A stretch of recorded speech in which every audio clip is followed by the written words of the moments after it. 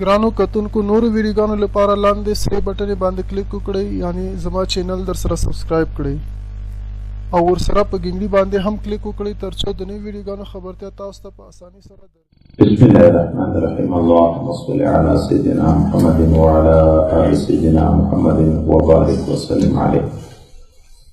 حضور پاک صلی الله علیه وسلم د تک طریقه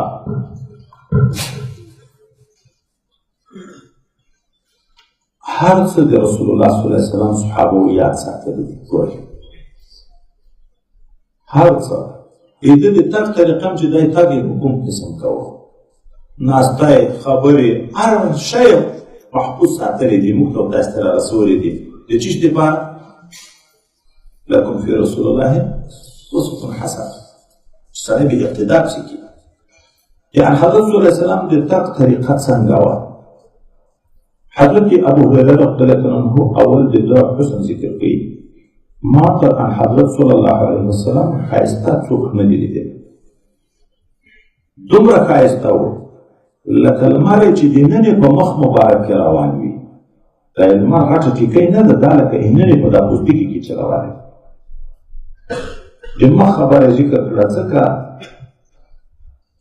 مظهر د حسن مخ ده، نور بدن خو پټ وي د چا لیدل کېږي. ښایست و نه ښایست په مخ کې لیدل کېږي.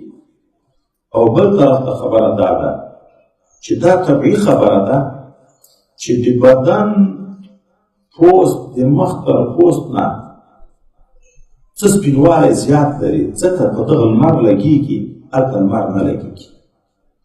چې چا مخ ښایسته وي هغه بدن نور خو په طریقه اوله وایي ښایسته وي. نو د مخ مبارک په دومره ښایسته و لکه لمر چې د ننې په مخ کې روان وي. خو دا هم هسې تشبیهي خبره ده. مخکې موږ داسې ویلي وو چې که د لمر سره تشبیه ده که د سپوږمۍ سره تشبیه ده، دا هسې د خلکو د پوهولو په خاطر باندې ده. که نه حقیقت کې د ده رڼا تر لمر هم زیاته وه، تر سپوږمۍ هم زیاته وه، تر چراغ هم زیاته وه. زیاتت د مقابلې په وخت کې چې رڼا ورځ باندې اوس د باندې څوک چراغ بل کړي، چراغ رڼا بیا ښکاره کېږي. ای باندې څه کوو د دغه لیټو په مقابل کې چې برق وي، د غټ برق په کنکي برق فرق هغه شته که نشته. د کنکي برق رڼا د غټ برق په مقابل کې کمزوري وي که نه وي. چې چراغ به یې ده په څنګ کې ایښی وم د ده رڼا ته زیاته وه. چې لمر په راختلو په ورځ کې دی به چېرې ناست په لمر کې به دننه د ده غوړنګه لګېده، د ده رڼا به تر زیاته وه. او بیا ویې دا خو یې ښایست خبره وکړه، د باغ سره یې د اوس په ځای ما هېڅوک نه درلدلی. تیز په تګ کې تر پیغمبر صلی الله علیه وسلم ګواکې لکه دا مځکه چې خپله ورته رانغښتل کېږي هغه پټۍ نه وي. چا سړی پرځي یا مو دا د ورزش پټۍ کړي دي یا مو حرمین شریفین ته خدای نصیب وکړه، دغه چې ځي اجینه په خپله درته را روانې وي لکه دا مځکه چې په خپله ورته راټولېږي. موږ به خپل ځانونه ستړي کول او ده به پروا نه درلود. ده سره به چې په یارې ملګري وو چې اوس یې دنه شاته پاتې نه شو نو تیز به ورسره تلو، خو ده به پروا نه وه. عادته کې توی مکان توی زمان د دغه نه په اصطلاح کې تصوف په کرامت تعبیر کېږي.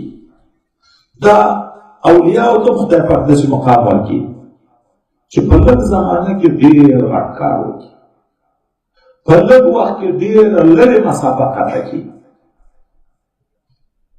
دا توی مکان توی زمان شاه کشمیري چې په دغه باندې بحث کوي چې یو د زمانې طول ده، یو عرض ده. عام خلک په طول د زمانه کې کار کوي، اولیا یې په عرض د زمانې کې کار کوي. یوه ګنټه 80 ملته مثلا عام خلک په دا 80 ملته کې چې کار کوي 80 ملته په ملت قدم ګرځي، مثلا 80 قدمه اخلي، ولی په یو ملت کې 80 قدمه اخلي. دا یو ملت دومره زورور شي لکه هغه اوږدوالی په یو ملت کې دی د 80 ملتو د بل کار وکړي.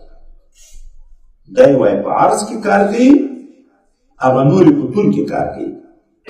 نبي علیه الصلاة والسلام لکه مځکه چې ورته رانغړې دا غښتل کېږي. دا نور آداب دوه وارز مخکې ذکر شوي دي چې په تګ کې دای داسې و چې مخ طرف ته به داسې زنګېدو څه معنی دا کای داسې اوچت په اوچت اخیسته لکه سړی چې په زینو کې کوزېږي د ضعیف سړي غوندې چې پښې څڅکوي داسې تګېده